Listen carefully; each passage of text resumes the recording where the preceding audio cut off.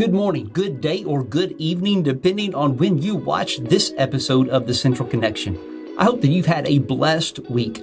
In this week's video, we will hear about how God turned tragedy to victory in one of Christian music's biggest names, my upcoming sermon on generosity, a new church plant in New York City, and an invitation to Sunday school. If you're watching on social media, please give this video a thumbs up and leave us a comment. If you're watching on YouTube, subscribe to our channel. And if you're on Facebook, hey, like our Facebook page. I saw an interview this week with Christian music artist TobyMac about the release of his new album, Life After Death. I grew up listening to TobyMac when he was a member of the trio DC Talk and in the following decades as a solo artist.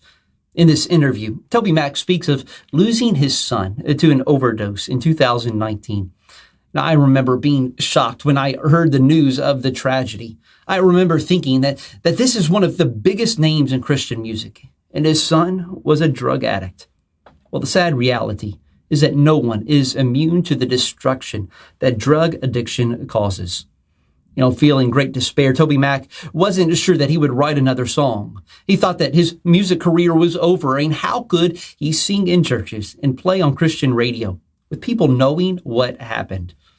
Well, he began to write, and as he wrote songs for this album, he said that God brought healing to him and his family. In the interview, he said, "But coming out on the other side, I realized how he's so good to us and kind. Even in the darkest valley, he doesn't promise to take away the pain, but he promises that he'll be there in it with us." And he was, and he is still.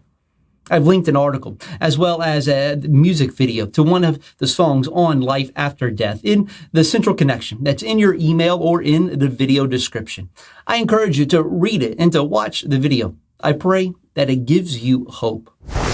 This last Sunday, I finished a two-sermon series on baptism and the Lord's Supper. I hope that these messages have given you a renewed love for these two visual representations of Jesus' gospel. This Sunday, I'm preaching on the topic of generosity. We know that the Bible tells us that God loves a cheerful giver, but what does that really mean? I hope that through this sermon, you will see giving as one of the greatest blessings that we participate in. Steve and Tony Chambers serve in the largest city in the United States, a city that is a cultural and business engine for the entire nation and world, New York City. They were sent by their small Alabama church to plant Grace City Church NYC to reach those who need Christ. The Chambers intentionally began the church by meeting in small groups since many of their neighborhood were skeptical of Christianity. Meeting in groups allowed for Steve and others in his church to build deeper relationships to address specific questions about the faith.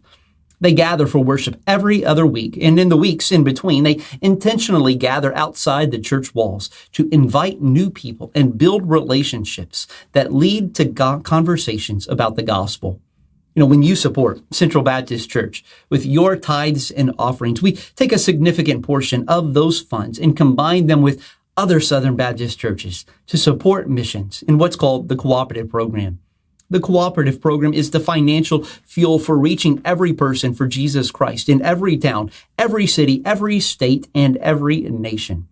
Your support through the Cooperative Program helps church planters form gospel-centered relationships in the communities they serve that bring more people to a saving knowledge of Christ. So pray that the Lord would draw more people to himself in New York City through the efforts of church planters like the Chambers. As we enter September, I want to encourage you to get involved in a Sunday school class if you're not already in one. If your walk with God feels a little stale, or maybe if you're eager to grow in your faith, Sunday school is the place for you. There's something special about being with your peers and learning the Bible together. I want to speak specifically to our parents. One of the greatest gifts that you can give your kids or teenagers is to have them in Sunday school. An even greater gift is for them to see you in Sunday school as well. We have excellent teachers that will help you to grow in your love and knowledge of the Lord. Thanks for watching this week's video. Make sure that you check out the Central Connection for more highlights and information about all that's going on at Central Baptist. Have a great weekend, and I hope to see you on Sunday. Until then, God bless.